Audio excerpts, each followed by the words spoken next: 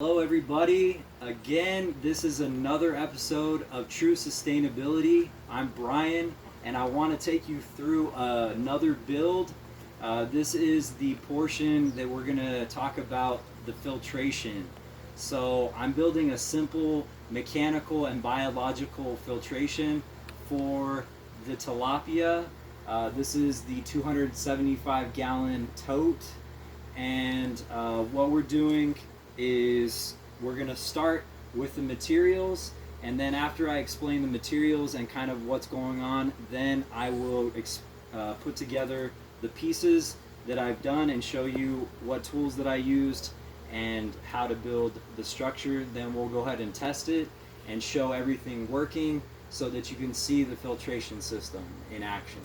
So without further ado, let's get into it and see what we need for this project.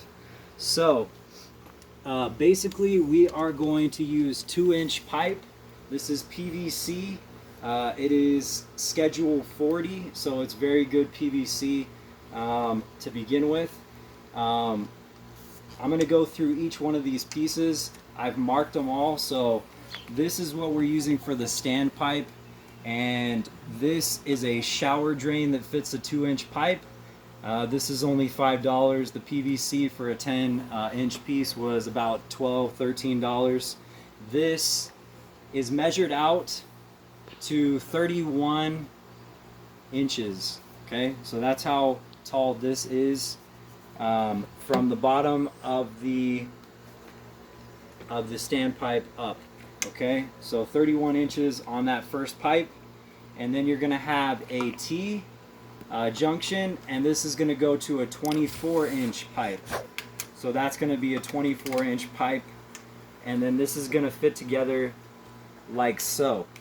That's going to go through a hole that we're going to make, which is 3 inches, because we're using a uniseal, and the uniseal looks like this. So it's a 3-inch rubber piece that goes into the hole, and then it's 2-inch going out, and that basically you push the pipe in. We're going to use soapy water to put on the pipe, and then we're going to push the pipe in, and once you push it in, you won't be able to get it out. So it makes a perfectly good seal with it, which is watertight. So the other piece I have here is going to come out and connect after it's gone through, and connect here, which is going to have my shutoff valve, and it's going to have another pipe coming out, which has been marked to where it's going to go through, and this one is 16 inches.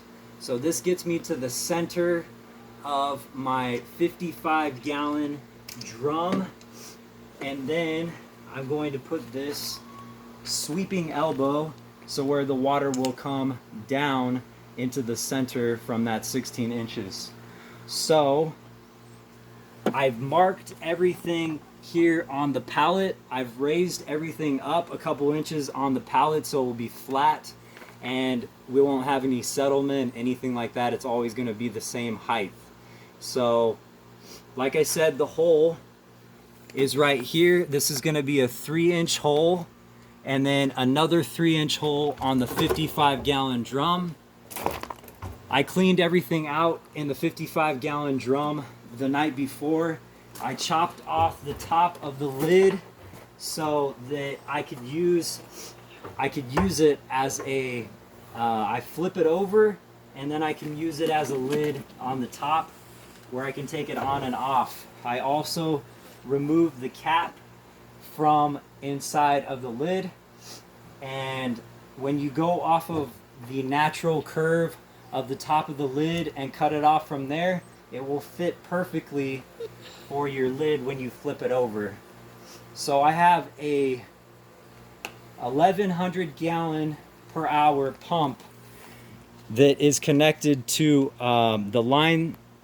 It's a corrugated line that comes with it. It's a total pond pump, and you can get these from Home Depot. It is a little bit more expensive, almost $200, but it's worth it because it's a legitimate pump.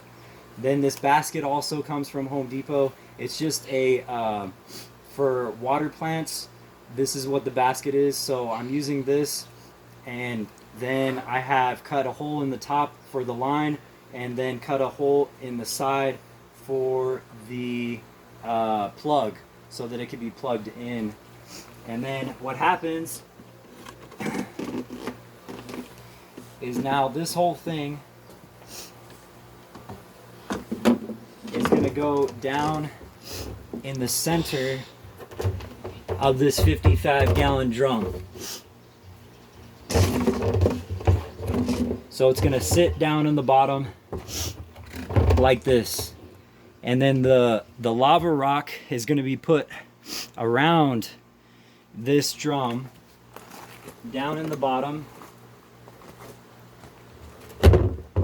And that's going to prevent anything from moving down on the bottom, and that's going to be full of lava rock. And then right here is some quilting batting. So this quilting batting is for this whole bit of roll that's very thick in layers, is only going to run you $12 at Walmart. So this is a very good mechanical filtration.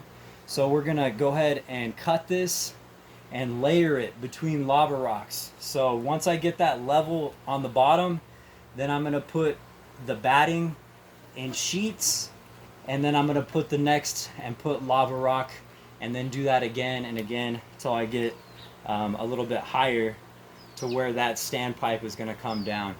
And then that should be good enough for us to run the system, and we'll get to that point once we get there. So the tools that I used are simple tools. So this is going to be a drill that has continuous power plugged into the wall or wherever you're going to do it, and then it has a 3-inch bit to cut into the material.